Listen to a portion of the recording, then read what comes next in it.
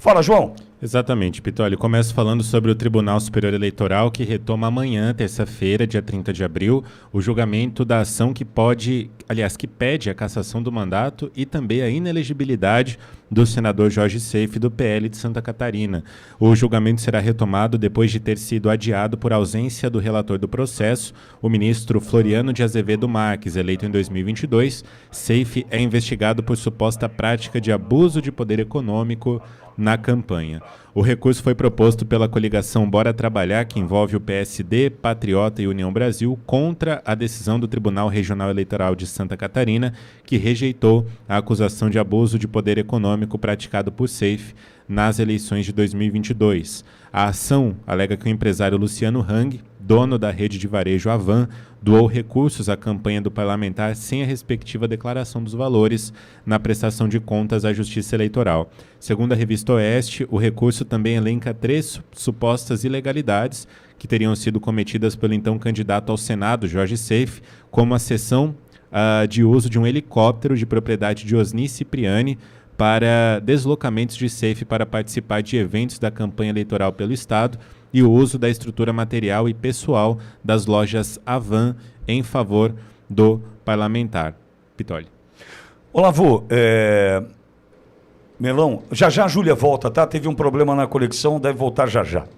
Enquanto Júlia se prepara, tem Padre Kelmo para ouvir, é importante a gente lembrar que o Seife, aparentemente, mais um perseguido, muito próximo de Luciano Hang, não preciso nem dizer o quanto foi perseguido Luciano Hang. Agora, nós precisamos nos preocupar com o Seife, claro, mas nós precisamos nos preocupar e muito com o que vem pela frente para a eleição de 2024, hein, turma? Pelo seguinte motivo, eu falava para o Olavo aqui, antes da gente entrar no ar, o seguinte: qual é a minha preocupação hoje? Tem essa história do Elon Musk, tem o efeito Elon Musk, sem dúvida alguma, a gente já está vivendo, né? O efeito Elon Musk em algumas situações, só que o Tribunal Superior Eleitoral é o mesmo. E as ferramentas criadas pelo tribunal para destruir a liberdade de expressão estão vigentes. Então, o CIED está aí, aquele alerta da democracia está aí. Esse alerta da democracia, eu não lembro o nome exato da ferramenta, mas enfim, é uma ferramenta do Tribunal Superior Eleitoral que recebe denúncias. Vai receber denúncias. E já dá para imaginar de quem, como serão feitas as denúncias e quem serão os perseguidos. Já dá para imaginar, não é? Então eu vejo que neste caso em especial, o que acontece com o Seife agora, um dos senadores mais atuantes, Jorge Seife, é um dos senadores mais contundentes do Senado hoje, com ideias claras, traz emoção na sua fala, certamente não representa apenas o povo catarinense, mas quando o Seife fala, ele vai além. E é um desses perseguidos de uma justiça que não quer a direita consolidada no Brasil. De olho no Seife, Olavo, mas de olho em 2024, porque a censura vem pesada, vem com canetada brava por aí, Olavo.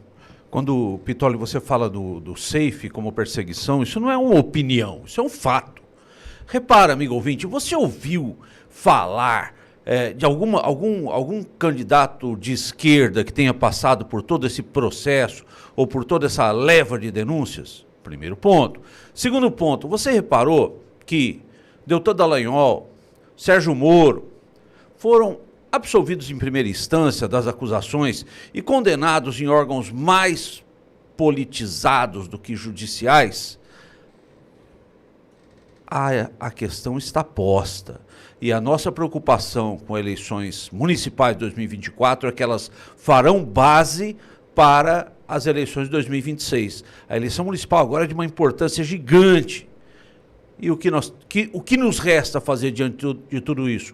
Redobrar cuidado, ficar atento e denunciar, porque justiça e política não deveriam combinar.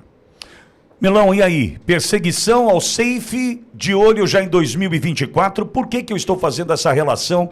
Jorge Safe, Olavo lembra do Dallagnol, lembra do Moro, porque vem mais perseguição pela frente, hein, Milão? Ah, sem dúvida, o temor é muito grande, Pitoli. E no caso do Safe aqui, existem alguns fatores que cabe a gente analisar. Né? Está sendo acusado por abuso de poder econômico. Para o ouvinte, o espectador, compreender melhor esse conceito, é quando um candidato tenha gasto muito além do que era permitido, né, do teto que existe, tanto na pré-campanha ou na campanha, a ponto de gerar uma desvantagem da sua exposição em relação aos adversários, ou seja, uma vantagem excessiva que ele teve em relação aos adversários. Seria esse o conceito. E aí eles alegam, né, que o que poderia ter configurado isso, né, o tal da cessão do helicóptero, uso da estrutura da empresa Avan e um suposto financiamento de propaganda eleitoral por parte de um sindicato do Estado, né, que é o que está ali. Bom, para esse tipo de situação, para justificar a cassação de um senador eleito com votos majoritários num estado como Santa Catarina, você teria que provar, primeiro, que esses casos de fato existiram, né? E aí tem toda uma reunião de evidências, provas que eles fazem durante o julgamento, e depois que esses fatos realmente representaram vantagem, né? Que se não tivesse usado helicóptero, ele teria praticamente perdido. Realmente usar o helicóptero fez com que milhões de catarinenses ali votassem nele e não no outro candidato, entre outras coisas. Eu não analisei, não vi as provas ali nos detalhes, mas creio que se ele foi absolvido, né, no TRE local, que tem magistrados que fizeram toda essa análise probatória e concluíram que isso não configurava, eu imagino que ali, né, realmente foi feita uma decisão técnica que com certeza não teria atropelado prerrogativas ali ou feito qualquer absolução irresponsável se isso realmente representasse motivo para caçar alguém eleito pela vontade popular. Mas convenhamos, Pitoli, vamos só analisar aqui, porque também há interesses. Quem que entrou com esse processo de cassação? Justamente a chapa do candidato derrotado, que era o ex-governador de Santa Catarina, Raimundo Colombo, que é muito bem relacionado, que tem um perfil que agrada ao sistema, obviamente, e que seria, né? Até porque, curiosamente, dessa vez eles não querem novas eleições. Eu gosto dos argumentos, da solução que eles propõem, né? Para uns casos não, vamos fazer novas eleições.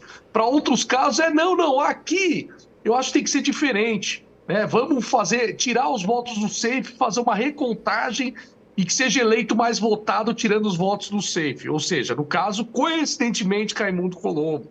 Então, você começa a ver aí que existem coisas muito estranhas nessa situação e é muito temeroso, né? A gente imaginar que mesmo você absolvido pelo tribunal local que faz toda essa análise probatória, simplesmente, né, não vale mais a lei, não vale mais o que está colocado, você pode ter essa decisão revertida no TSE, sem mais nem menos, com qualquer argumento possível ali, para satisfazer possíveis interesses existentes. E o triste, só para a gente concluir, Padre Kelman já está pronto para conversar conosco, o triste o que é? Pode ser uma coincidência, mera coincidência, ok? Mas é uma percepção minha. Percebe que o Safe está calado? Faz tempo que a gente não ouve aquelas falas mais firmes, contundentes, do Jorge Safe da CPMI, do 8 de janeiro. Chegou a chorar, emocionado que ficou, né, durante algumas das suas participações ali, diante de tanta injustiça praticada no Brasil. Percebe que, pelo menos para mim, nas redes sociais, há tempos não vejo uma fala mais firme do Safe. Será que também já não é um objetivo, uma missão cumprida destes, tentando calar um senador tão firme, tão forte, tão contundente quanto o Safe? Pode ser uma mera coincidência, mas está acontecendo.